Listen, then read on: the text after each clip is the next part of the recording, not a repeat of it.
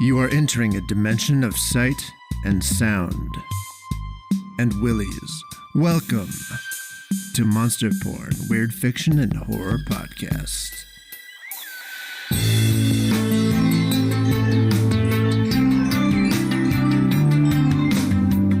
Today's feature is Penance by Matt Cummins, supported by The Short, Looking at Women from a Distance by me, Brett Norwood.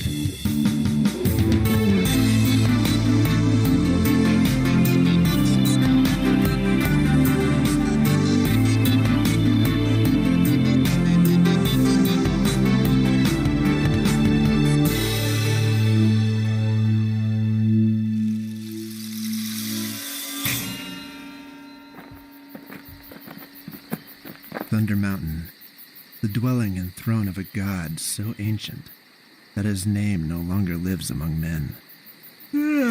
Yeah, I've been here before, remember? Yes, I do. But I feel a place of such gravity demands the dignity of an introduction, like entering the court of a king. Oh, fuck you both. Oh, he's getting a little testy. Will this thing hold him? An Ark of Solomon will let no demon escape. I'll admit it's rattling at the seams. I hope that I constructed it properly. What do you mean? The instructions were in Aramaic.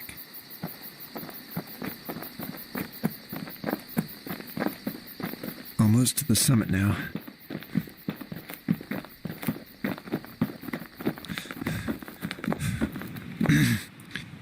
If there is any entity capable of banishing the so-called desolator of Abath Kanath, who has been impersonating a teacup pig to parasitize your family's hearts, it will be the unknown god who dwells on Thunder Mountain. Alright. What now? We pray. What? He is here. We have only to speak to him. Well, you're the internet-ordained reverend, so, take it away. We will need the blood sacrifice. What? You're kidding me. That's archaic. That's fucking Old Testament, dude. Wait, you are kidding, right? Like, we didn't bring... I don't like the way you're looking at me. Why do you think I needed you here? Fuck you, man. Oh, come on. It's a little funny. But it couldn't be you anyway. You're not unblemished. Really? You know, I've been using my wife's face wash. It's really... Oh, gotcha. Okay, yeah, whatever. Go on. Grow a nutsack, you dickweeds. Hey, can we just sacrifice him? No. I'm afraid not. That would only free him from his meat prison of pork and bacon to cause more trouble. Do it. Fucking do it, you cucks. I'm gonna kill him. You know, you broke my daughter's heart, you little shit. Getting emotional, are we? See? You snowflakes will never have the huevos. To the unknown god once met upon this mountain, Cloud Rider, whose quiver is full of thunder, piercer of the serpent's hide, Nathaniel. Seamaster, I am here. Where is he? Shh. He can hear you. He's in your heart. My God and Master, we, your disciples, have tried in vain to exorcise the unclean spirit that has entered this swine. Behold, this type of spirit does not come out with only prayer and fasting. What then do we lack? You ask to hear what you will not like. We came all of this way. Please tell us how to get rid of this demon. As I live, I say this type of spirit will not come out with prayer and fasting alone, but with butt sex.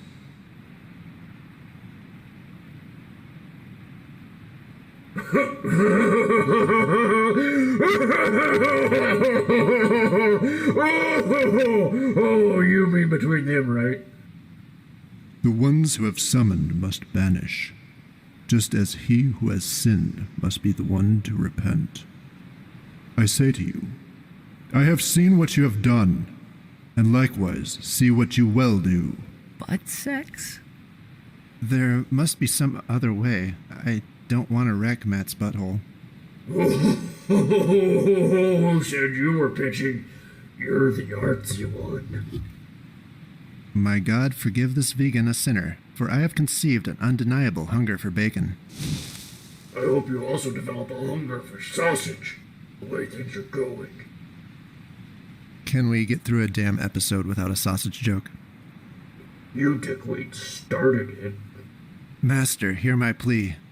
There must be some other way. We don't do... Butt sex. That is the price your actions have bought. It is that, or continue to cohabitate with the unclean spirit. Pugs, hey, buddy. What say we go home? Are you kidding me? I kinda wanna get exercised, just so I can see you two dweebs forced to... Sorry, whoops. I kicked the ark. Sorry to bother you, Master. Looks like we're just heading home now. Depart not so fast from my presence, son of earth. I require a sacrifice be made. What does your might require? Butt sex. You both brought a story for your podcast upon my mountain.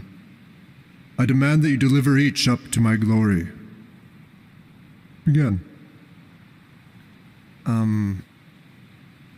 Okay.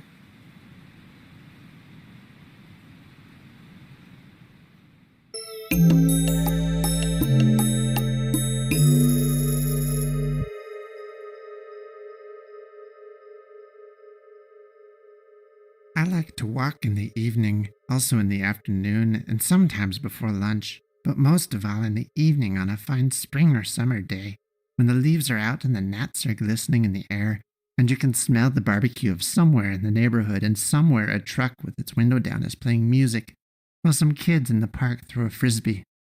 These are days I like. It's hard to find women to match my height, so when I am walking, I always take the most note of those rare women most compatible with my stature. But I like all beautiful women, and I enjoy seeing them out in the spring and summer, enjoying the evening or afternoon or late morning, and often they are with their families, and I have to think, oh, well, she's beautiful, but not for me, and what a beautiful family she has. That's nice. I like options and possibilities. I like to look and see what great diversity is out there, but sometimes I think I make people uncomfortable. I don't mean to, but sometimes when I make eye contact and smile when I'm out on my walk, I don't get much positivity in return, or I get a rather offensive look that I think is entirely unnecessary. It's not like I stare at a creep. I'm just on a walk like everybody else. But a rumor started going around that there was a creep in the town who had been caught looking at women in a weird way, and I thought I was in a special position to catch him since I was always out walking and I could do something for my community and for the sake of protecting the women. So I kept an eye out through the summer, but I never saw the offensive person. However, it did seem that other people were on edge and suspicious. I got many more weird looks on my walks. Back in my den, I could sit on the floor and draw with my finger in the dirt and imagine scenes of confronting this lecherous weirdo and rescuing my town. I came out in the park on a very nice evening with the gnats glistening in the sunset and the cicadas out and singing, and I saw some nice women my height, a whole flock of them playing volleyball on the grass. But a man who was with them seemed angry, and I wasn't sure why, and he had a weapon that he took out of his belt, and he hurt me, and I don't know what I did, but it hurt, and there was a hole in my chest, and it was bleeding, and I found it hard to stand up, and I couldn't walk anymore. The officer assured the girls it was all right now, although they may not be able to resume the volleyball tournament.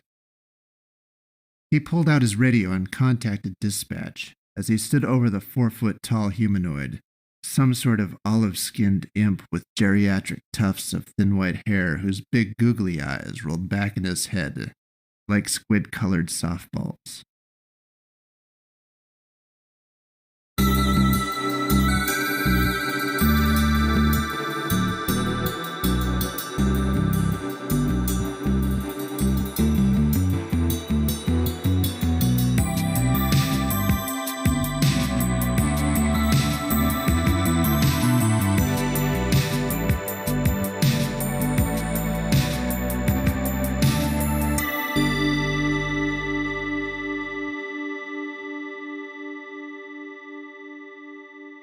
Cordell remembered a flash of light and the smell of oil. It was just like the song, screaming tires, busting glass, and the painful scream that I heard last. But it wasn't his baby that he heard screaming. It was the hag with the fingerless wool gloves who sat in front of Safeway with the yellowing cardboard sign that read, "God loves you." She sat there for a week and never so much as asked for a penny. Cordell was sober enough to remember seeing her face bounce off of the windshield, her left eye bugged out with a squelching noise, as a red splatter like jelly hit the windshield from the openings on her face. Like a huge beetle. Donnie Trump, huge! He'd thought hysterically before his forehead slammed into the steering wheel and the world lit up like the coming of Christ. Just as the glass rained down around him, he saw another flash, almost green, over the horizon, and then it faded like the dying of a bulb. He awoke to a sour smell and opened his eyes expecting to see hospital lights. But he didn't. He wasn't lying on his back in a bed either. He was sitting, half propped up against a jagged rock. Pressure pushed in all of the sensitive spots in his head. What happened? Think it through, Cord, he thought, but all he could remember was that squelching sound and a flash of light and then the raining glass. He tried to sit up, but his body ached all over. He presumed he was injured somewhere, and a good Samaritan was on their way to help him. Oh, what about the bag lady? He thought. A voice came from behind him. He found he could move despite the general aching of his body. He tried to stand and found that his legs worked, but he felt detached, drunk even. His body stood, but his mind wandered. I've smelled that smell before, he thought. The voice spoke again. Wake, the voice said, and on the very command his chest felt as though it would rise from his body. He nearly lifted off of the ground, and suddenly he was very awake. He looked around, but he was standing nowhere near a broken car, a dead woman, or a hospital. Cordell stood in the center of a giant chamber of red rock. A cloaked, hooded man stood in front of him. The man was looking into pages of an old leathery book, but it didn't look like leather. It looked like singed skin, human skin. He could see the purple and the blue veins running through the binding and the tinge of blood along the edge. The adrenaline in Cordell's body was sending him into a panic. No, he thought as his version of torment rushed to him. He had seen this place before as a child, after visiting church with his friend Max. The preacher had spit fire and shit brimstone for an hour. That night, Cordell had dreamed he was trapped in hell. This hell. He looked around, and then he smelled the sour smell and realized it was sulfur. The being in front of him was the gatekeeper. At this thought, chains shot out from the wall and bound Cordell by his ankles and wrist. So you know then. Disappointing. You have robbed me of torment, and it will be returned to you, the man said, as the chains grew thorny organic spikes and twisted. Cordell screamed. That's better, the man said, but Cordell thought he sensed apprehension. Everything went dark, and for a moment he blacked out. When he came to, he raised his head and saw the gatekeeper had grown taller, thinner. His robe shorter, his hands longer and more spindly. Cordell was lowered, and the chains disappeared. There were cuts on his arms and legs, but they were less than what he'd imagined. Nothing more than scratches. Do you know where you are? The creature said, its voice different, slightly. I was all Cordell said before his bladder let loose like a water balloon, and he pissed down his legs. and a puddle surrounded his feet. He couldn't bring himself to say it. He started to pass out, but then that strange feeling of adrenaline shot through his body. This was the first time that he realized that he was naked. "You'll pay for that. Perhaps you'll have to lick it up," the man said, his face still hidden by the cloak. Another cloaked man appeared almost suddenly and spoke into the man's ear. "Ah, it is time for your judgment." Judgment? Judgment for what? He wanted to scream, but he couldn't. He'd been a decent person, a longtime realtor who served his town as a councilman. He'd championed fully funding the soup kitchen and reduced public transport costs nearly single-handedly. He'd been a good man, but he was forced to see the things that he had done in his life. The scenes were already playing in his mind. As a teenager, he'd wandered into a bedroom at a party looking for his jacket. A tall blonde girl, one of the cheerleaders, was passed out on a bed, her shirt pulled half up, her bare navel exposed. Cord, drunk himself, had slipped his hand up the rest of the way and gave her breast a squeeze, just so he could feel, so he could know. In college, he and several other students developed a system to regularly cheat on their finals. On his wedding night, he danced with the maid of honor's ass in his hands. He was drunk and sloppy, but he was also hard, and he knew she could feel it.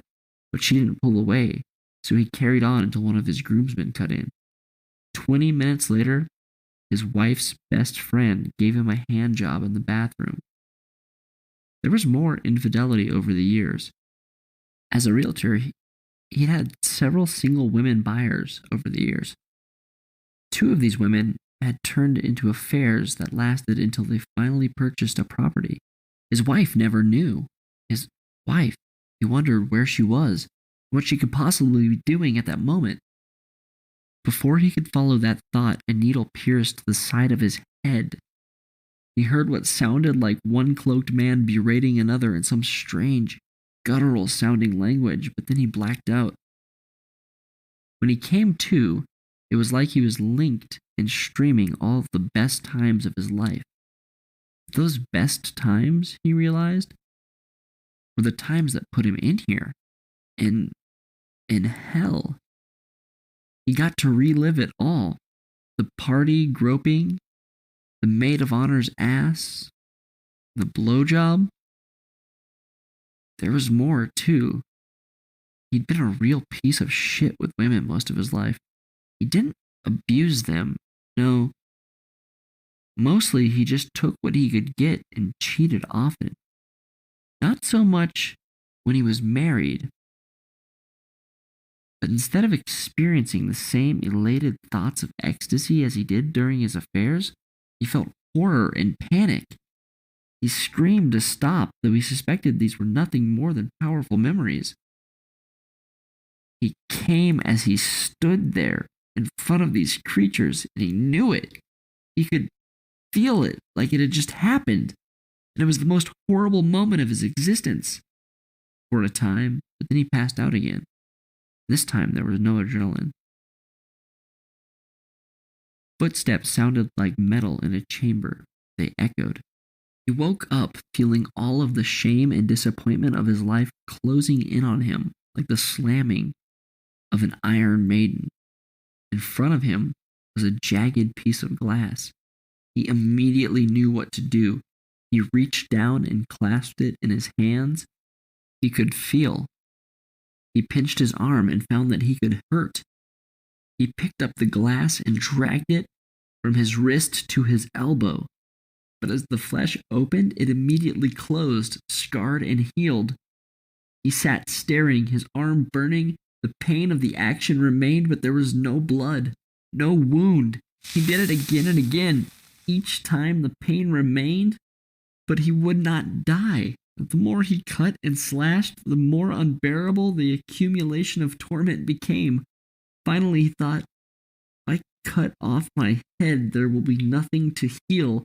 He ran the glass across his neck and sawed as hard as he could before he blacked out. A moment later, he woke. with another shot of adrenaline. He found his body was hooked up to several machines. Why would the devil need these, he thought, and then another thought occurred to him. That if the devil's power was more crude than a magic, godlike power, that he had to use cruel instruments of torment. Perhaps that was his power. He raised his head, and the pain in his neck exploded, every nerve lamenting his movement. You cannot end your pain here. Your torment can only increase. The harder you try, the worse the torture.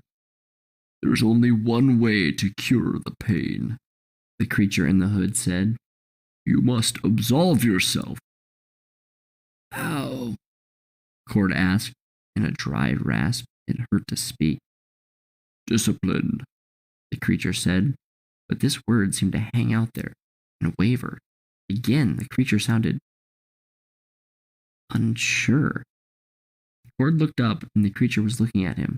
It was shorter again, different. No, it wasn't shorter at all. It was just different. Had they changed shifts? He tried to lift his head and look at the creature in the eyes. Beneath the hood, he could see a reflection of two large eyes, like the eyes of some kind of giant bug. They looked at each other for a moment, and though the eyes didn't change, Cord felt invaded by a sensation. Not a thought, but a strong feeling of something like pity. And then his chin dropped back down to his chest, and everything went black. Cord awoke to find himself looking at the light from a smoldering rock reflected off of a puddle of dripping oil.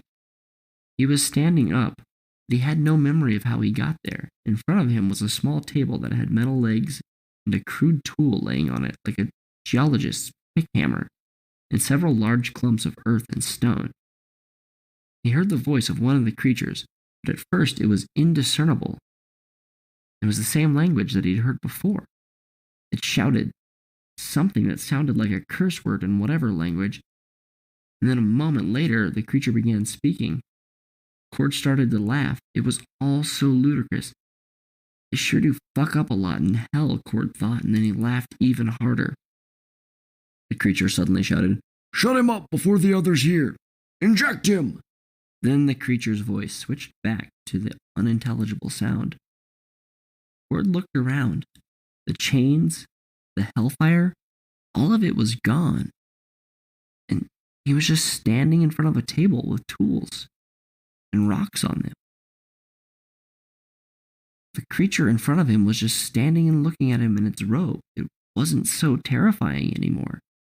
Cord felt a needle jammed into his neck, and suddenly it all came rushing back. The fear, which never really left, came flooding back in. Fire swirled around him as his body poured sweat, and his mouth went dry. Leaving what he saw as a doorway was the spiked, dragon-like tail of some unseen beast. His hand, pulled down by spiked chains, gripped the handle of the tool on the table in front of him. The tool shifted in his hands, and then searing pain shot through him. Spikes exploded through the backside of his hand, where large, twisting barbs wrapped themselves and then grew into his hand like tree roots of metal and flesh. His hand was no more. A ghoulish tool, like a small axe, had replaced it. Then the chains pulled his axe hand forward and into the rock in front of him. Pieces flew as his pickaxe slammed into the stone, revealing a golden stone in the center. Gather it, a voice floated through his mind. He reached in and took the stone and then placed it in a large bowl. He worked through stone after stone. Each time his body began to tire, he would feel another jolt, another injection of energy. He couldn't think of anything other than pain, fear, and work, and this cycle went on for hours until once he tired and the injection never came. He found himself hanging like a dead bug, swaying on a spider's tether. The ground was no longer red. Some of the metallic floor had reappeared, and instead it looked like he was in a hospital room, a remnant from some apocalyptic event where stone and ash had seared into the metal. Another presence entered the room. He tried raising his head and found that he had more strength than he felt. A bottle of water was pressed to his lips. He drank and drank until he nearly vomited. He looked up to find the short creature in its long dark robe standing before him. Its hood was down, as half of its face was a fading, hellish grimace. The other half was just one large black eye staring at him, unblinking. He could feel an immense pressure, a feeling like pity and sorrow. Cord looked up, trying to keep his eyes open. On the wall across from him, a sink was beginning to form in the rock and fire. The creature went to it with a large silver syringe in its long, spindly hand. It poured the contents down the sink, and then once again Cord lost consciousness. When he awoke, he found himself sitting in a chair, asleep, face first on a cold metallic table. He sat up. There were no scars or scratches anywhere on his body. His right hand was his hand again, but his left was covered in something. It was brownish black and foul smelling. He looked up and found that all over the tables in front of him were giant piles of shit. There was something like a small rock hammer in front of him that was also covered in shit. In the bowl next to him, there were several shit-covered small stones. Normally, Cord would have had to fight not to vomit. But all things considered, being covered in shit really wasn't that bad. And he had to fight back laughter. There were no chains holding him down anymore, and he could stand. Cord turned to find himself looking out of a window. When he looked out of the window, he thought, "It looks like Mars." But then he recognized some small desert plants growing along the side of what looked like a road. "I've seen this before," he thought, and he realized that he was staring at the salt flats of Utah. He could see cars zipping down I-80 in the distance. There was no way to open the window, but there was a door behind him. He crept out and into the hallway. He walked slowly down the hallway, keeping to the wall. The walls were tall and smooth. All of the metal was rounded, and he thought that he walked on a path that was made out of metal too, but it had traction. There were small drone-like machines scanning and cleaning. The air tasted funny to him, but he was able to breathe. He heard a door open, and there were two diminutive beings talking in that strange tongue he had heard before. "Is your language converter working?" One with a deeper voice said. "Yeah, you sound fucking weird," the other answered. "You're telling me? So fucked up hearing this language, but understanding it too. Science, it's a beautiful thing. Maybe this planet will figure it out someday," the one said. "These fucking religious wackos," the other answered. "Doubtful. Hey, before we go in there, take a hit of that." "No fucking way, dude. I'm not doing that shit," the first one said and laughed. "Yeah, take a hit and go in there. I bet you'd trip balls." "I'd fucking lose my mind on a quarter dose." "Yeah, but it's not like you'd see fucking hellfire." "Hellfire?" "Yeah, that shit we've been making that little pink ground squatter see. You didn't read the memo, did you?" "Oh. Dude." Oh, okay, I read a little. Come on. Did you read any more than Genesis? That shit put me to sleep." "I read the whole thing. It was hilarious." "So what, now I have to take this shit for penance? I have to purify my soul?" Both creatures roared in laughter. "This place is nuts. Too bad we can't stay and tell them we are gods. They've seen that before, a few hundred times. We wouldn't be the first. That, and they've developed nuclear weapons. They may be primitive turds, but they know how to kill shit, especially each other. Oh, dude, wow. It's like your face is melting. How much did you take? Oh, too much. Fuck it. Let's go make the little pink thing mine some more shit nuggets so we don't have to go back to the jeweler empty-handed. If we do that again, my dad will be pissed. Ford crept further down the hall. They're kids, he thought to himself. Fucking teenagers. Ford suddenly felt like the walls were closing in on him. He ran down the hall and turned and went into a large corridor. There was a room in an open chamber that had a door at the end.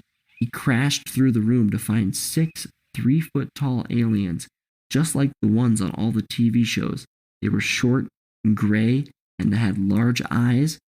They were wearing strange clothes, but their arms and large heads were covered in tattoos, and they had piercings through their small lips and nearly non-existent nostrils. On the walls behind them were movie posters of movies like Mars Attacks and Independence Day. They were playing some sort of card game. One grunted something that sounded in tone like, "Oh, fuck," as a cigarette fell from the corner of its lip.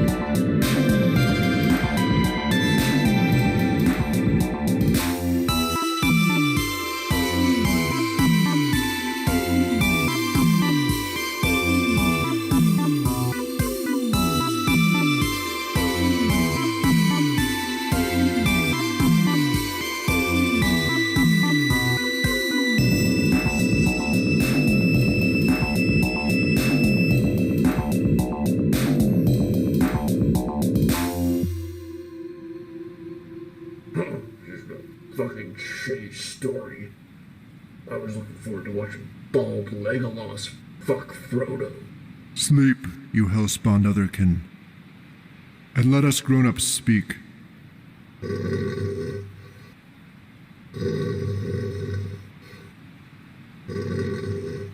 I have other business with these sons of Earth.